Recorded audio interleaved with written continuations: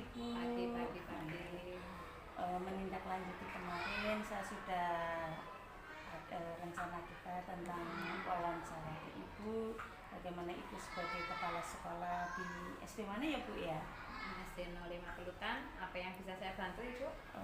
Ini Bu, saya CGB angkatan 11 di mana di modul 3.1 saya mewawancari Ibu tentang dilema ITK. Untuk yang pertama ya Bu ya, bagaimana Ibu mengidentifikasi kasus-kasus yang merupakan dilema ITK atau bujukan moral? Ini ya Bu ya, di tempat kami di SD 05 Pelutan itu untuk dilema ITK itu memang selalu mengiringi, mesti ada dimanapun berada ada. Nah tentunya siapa saja yang terlibat itu harus kita lihat dulu di sana, kemudian dalam situasi tersebut dan bagaimana pengaruh oleh keputusan yang akan diambil itu. Nah, kemudian baru kita bisa menentukan masalah utamanya itu apa. Harus tahu dulu masalah utamanya itu apa. Terus kemudian mengidentifikasi tindakan yang mungkin yang akan saya ambil. Gitu. Baru kemudian kita lanjut dengan mempertimbangkan nilai yang sesuai dengan situasi yang ada yang dihadapi. Terus yang keempatnya yaitu mempertimbangkan dampak yang akan saya ambil keputusannya itu. Jadi kalau saya mengambil begini dampaknya kira-kira itu lebih berdampak sekali atau kecil besarnya, nah itu harus kita perhatikan juga. Dan yang terakhir buat keputusan yang paling sesuai dan berdampak paling kecil begitu.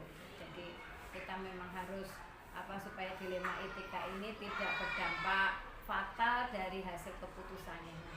Itu ya Bu ya.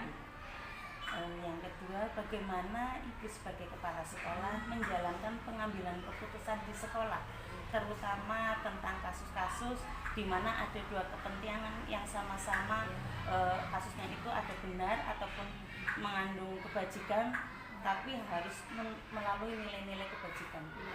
Nah, bagaimana kalau menjalankan pengambilan keputusan yang ketika kita hadapi di sekolahan ya Bu ya.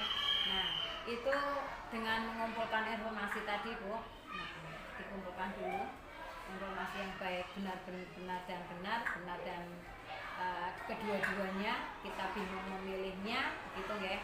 Nah, kita kumpulkan dulu. Nah, setelah dikumpulkan baru tadi yang terlibat itu siapa dari kedua belah pihak yang masalah yang kita hadapi itu kira-kira siapa saja yang ada di sana. Nah, setelah itu baru kita pilih tindakan. Jalan nggak sih jalan? Nanti harus bisa. Kita pilih tindakan yang kita ambil kira-kira yang kepastian mana yang itu terbaik, yang dampaknya lebih kecil begitu Bu.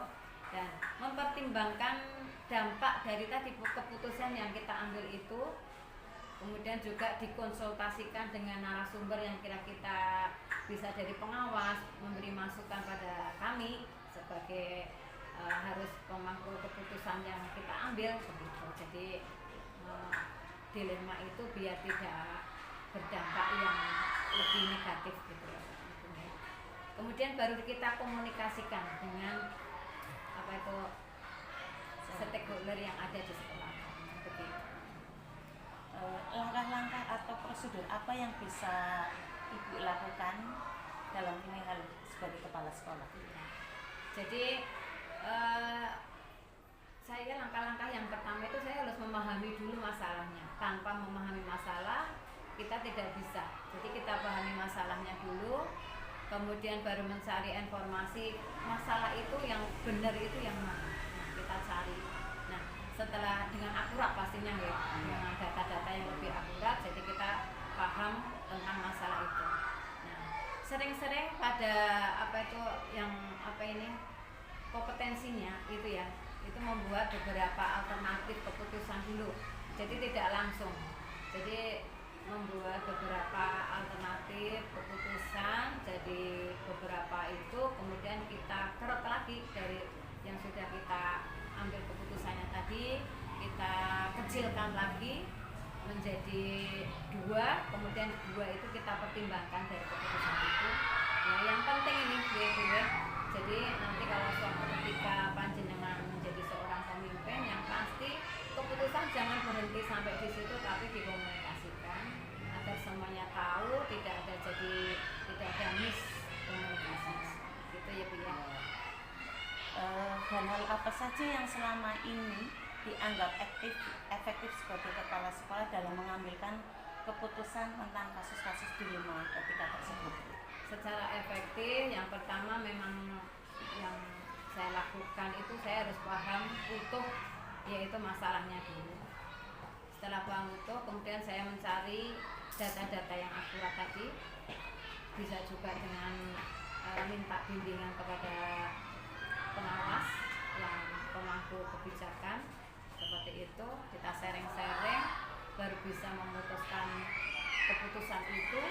Nah, setelah kita putuskan, sebelum dilaksanakan keputusan itu, jadi yang pasti kita komunikasi, itu efektif sekali mudah-mudahan. Terus selama ini bagaimana tantangan pengambilan keputusan dalam kasus tersebut? Ya mesti ada banyak sekali tantangan ya. Karena kalau kita milih satu, ada pihak yang mungkin tidak dipilih, jadi kan merasa tidak nyaman. Begitu mesti ada tantangannya. Jadi ada konflik nilai etika di sini Bu ya. Nah, jadi konflik nilai etika ini yang berbeda. Kemudian kurangnya informasi yang lengkap juga sulit untuk mengambil sebuah keputusan. Kemudian perbedaan pendapat pun begitu juga, keterbatasan waktu yang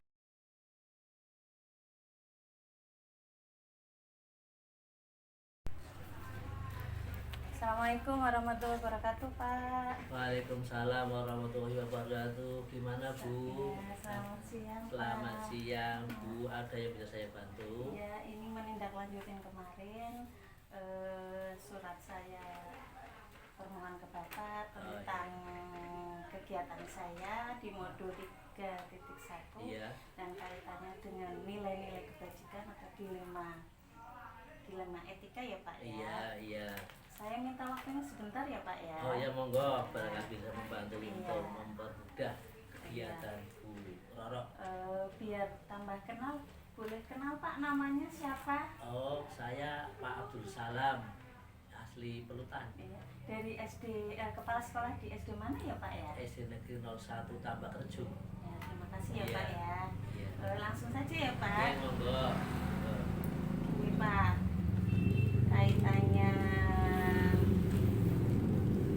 kegiatannya Bapak juga sih ini ya. Iya. Bagaimana Bapak sebagai kepala sekolah mengidentifikasi kasus-kasus yang merupakan dilema etika atau bujukan moral? Saya biasanya mengidentifikasi kasus-kasus yang menambah dilema etika itu dengan memperhatikan situasi yang melibatkan, terutama adalah antara dua nilai atau kepentingan yang sama penting. Misalnya ketika kebutuhan yang harus diambil itu dapat mempengaruhi kesejahteraan siswa dan juga untuk memenuhi kebijakan sekolah. Pak, kaitannya tadi Bapak sebutkan kebijakan sekolah, ataupun mungkin ada peristiwa ataupun tentang anak Pak itu ya, ataupun guru ataupun yang lainnya ya Pak ya. Gimana Bapak ketika ada permasalahan tersebut, pengambilan keputusan di sekolah Bapak, terutama di SD Tambak Rejo, yang mana kasus-kasusnya itu ada dua kepentingan, di mana sama-sama benar atau sama-sama menilai adanya mengandung nilai kebajikan. Oke, dalam pengambilan keputusan saya cenderung mengambil keputusan kolaboratif. Artinya apa? Artinya yaitu apa? Kita harus melibatkan yaitu seluruh staf yang ada, guru, bahkan juga kadang-kadang dari juga orang tua siswa atau siswa sendiri, yaitu untuk bisa mendapatkan perspektif yang lebih luas. Karena apa? Hal ini sangat penting sekali yaitu terutama harus bisa di mana dua kepentingan yang sama-sama ini harus bisa dipertimbangkan. Dalam langkah-langkah atau prosedur apa saja yang bisa sebagai kepala sekolah di SD 1 Tambak Rejo dilakukan selama ini, Pak? Jadi untuk langkah-langkahnya ini biasanya saya mengikuti langkah-langkah seperti mengumpulkan informasi yang relevan, apa ada kesesuaian apa tidak. Jadi relevansi ini sendiri kaitannya adalah yang kedua, yaitu untuk menganalisis, yaitu bagaimana konsekuensi dari berbagai pilihan, dan juga untuk mempertimbangkan nilai-nilai, yaitu etika yang terlibat selama ini. Setelah itu kita baru membuat yang namanya membuat keputusan, dan juga untuk menyampaikan yaitu alasan dibalik keputusan itu, yaitu secara kepada pihak yang terkait. Untuk hal apa saja yang selama ini sebagai kepala sekolah dianggap efektif dalam mengambil keputusan pada kasus-kasus dilema etika, Pak? Jadi salah satu hal-hal yang lebih efektif yang mengambil adalah yaitu dengan membangun komunikasi. Artinya membuat komunikasi yang terbuka dan transparan. Ketika semua pihak merasa terlibat, keputusan yang diambil cenderung yaitu bisa diterima dan dihargai. Untuk hal-hal apa saja juga yang merupakan tantangan dalam mengambil keputusan dalam kasus-kasus dilema etika, Pak? Jadi untuk tantangan dalam pengambilan keputusan ini pada kasus-kasus yaitu dilema etika, yaitu adanya tekanan dari berbagai pihak, terutama yaitu adalah yang memiliki kepentingan yang berbeda, sehingga terkadang nilai ekspektasi yang tinggi dari orang dan juga masyarakat yang tidak mungkin selalu sejalan dengan kebijakan sekolah. Apakah yang Bapak miliki atau sebuah tata cara atau jadwal tertentu dalam sebuah penyelesaian kasus dilema? Apakah langsung menyelesaikan di tempat, ataukah membuat jadwal untuk menyelesaikannya, atau bentuk prosedur apa, terus seperti apa yang harus dijalankan? Selama ini memang saya tidak memiliki jadwal yaitu yang tetap, tetapi saya berusaha untuk menyelesaikan kasus-kasus yang muncul, yaitu dari beberapa yang muncul secepat mungkin, terutama jika situasinya mendesak. Ini perlu diambil yaitu langkah yang lebih sistematis. Namun dalam beberapa kasus yang lebih kompleks, saya mungkin perlu adanya suatu waktu dan merenungkan serta berkonsultasi dengan rekan-rekan guru dan ataupun teman sejawat. Pengawas juga enggak, Pak? Iya, termasuk pengawas juga kita konsultasikan, kita beri suatu masukan. Adakah seseorang atau faktor-faktor apa yang selama ini mempermudah atau membantu sebagai kepala sekolah dalam mengambil keputusan dalam kasus-kasus dilema etika, Pak? Saya merasa sangat terbantu oleh dukungan dari tim manajemen sekolah yang solid dan juga komunitas guru yang ada di sekolah kami yang pengalaman. Nah, mereka juga sudah saling memberikan perspektif yang berharga dan sangat membantu saya dalam menganalisis sebuah yaitu situasi dengan lebih mendalam. Dari semua hal yang tadi Bapak sampaikan, pembelajaran apa yang didapat ataupun dari peristiwa tersebut Anda petik dari pengalaman serta pengambilan putusan dilema etika? Ternyata dari apa yang sudah kita rasakan, ini memang keputusan yang baik itu diambil dengan penuh rasa kesabaran, memerlukan kesabaran, kemudian juga harus ada empati dan juga yaitu adanya keberanian dalam pengambilan satu keputusan, karena tidak semua keputusan itu akan memutuskan semua pihak, tetapi hal ini juga yang terpenting adalah bagaimana proses yang adil dan juga transparan dalam pengambilan keputusan. Terima kasih Bapak atas sama-sama. waktunya. Maaf mengganggu. Tidak apa-apa, ini untuk tugas yang dari Ibu bergabung, mudah-mudahan bisa bermanfaat dan juga untuk suksesnya satu kegiatan. Terima kasih Bapak, saya mohon maaf langsung ya Pak Oke, ya. monggo, maaf ya di sini diganggu. Iya. Oke Bapak, oke.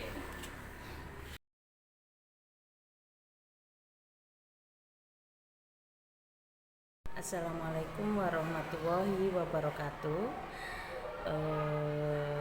Refleksi dari hal-hal menarik wawancara dua kepala sekolah tentang dilema etika atau rujukan moral.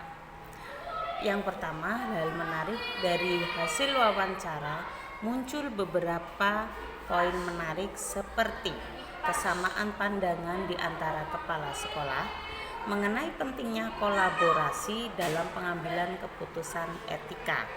Namun, pertanyaan yang mengganjal adalah bagaimana mereka menyeimbangkan antara kepentingan individu dan kebijakan institusi dalam konteks 4 paradigma, 3 prinsip, dan 9 langkah penguji. Saya menyadari bahwa mereka seringkali mengedepankan prinsip keadilan dan transparansi, tetapi kurang dalam aspek evaluasi hasil yang sistematis. Hasil wawancara antara pimpinan, yaitu di mana dua pimpinan kami, yaitu kepala sekolah SDN tempat saya, SDN 05 Pelutan, dan SDN lainnya yaitu SDN 01 Tambakrejo, terdapat persamaan dalam pendekatan. Mereka yang menekankan pentingnya mendengarkan masukan dari berbagai pihak ketika dalam penyelesaian masalah dilema etika. Namun ada perbedaan signifikan dalam gaya kepemimpinan mereka. Salah satu pimpinan menonjolkan dengan pendekatan yang lebih proaktif, selalu mencari solusi inovatif dan lebih berhati-hati dan cenderung mengikuti prosedur yang ada. Ini menunjukkan bahwa karakter dan pengalaman masing-masing kepala sekolah atau pimpinan sangat mempengaruhi cara mereka menangani dilema etika.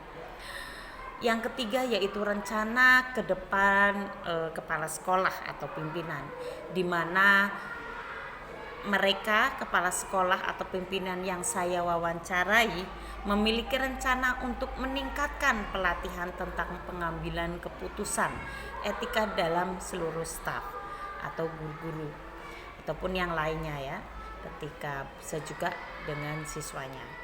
Mereka berencana mengadakan workshop rutin dan diskusi kelompok untuk mengukur efektivitas pengambilan keputusan.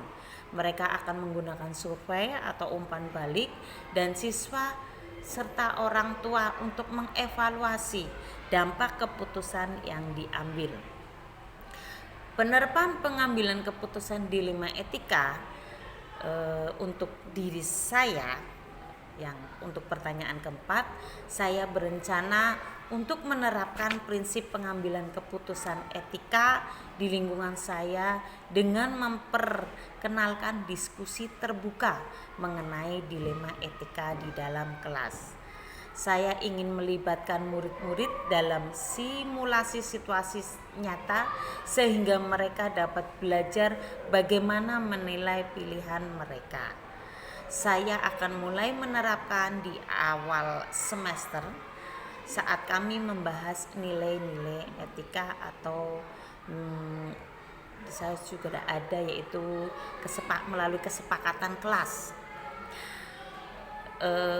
Untuk teknis atau kejelasan suara atau tulisan, saya berencana untuk menyajikan materi wawancara dalam format naratif yang jelas dan sistematis, menggabungkan transkrip wawancara dengan analisis.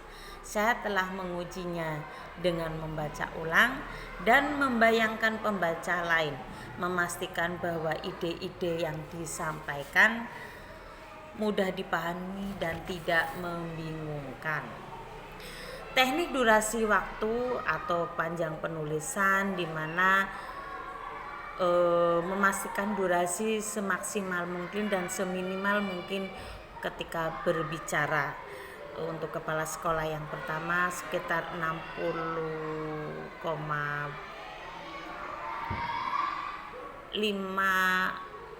menit, dan yang kedua juga sama-sama 6 menit. Durasi ada 13 menit.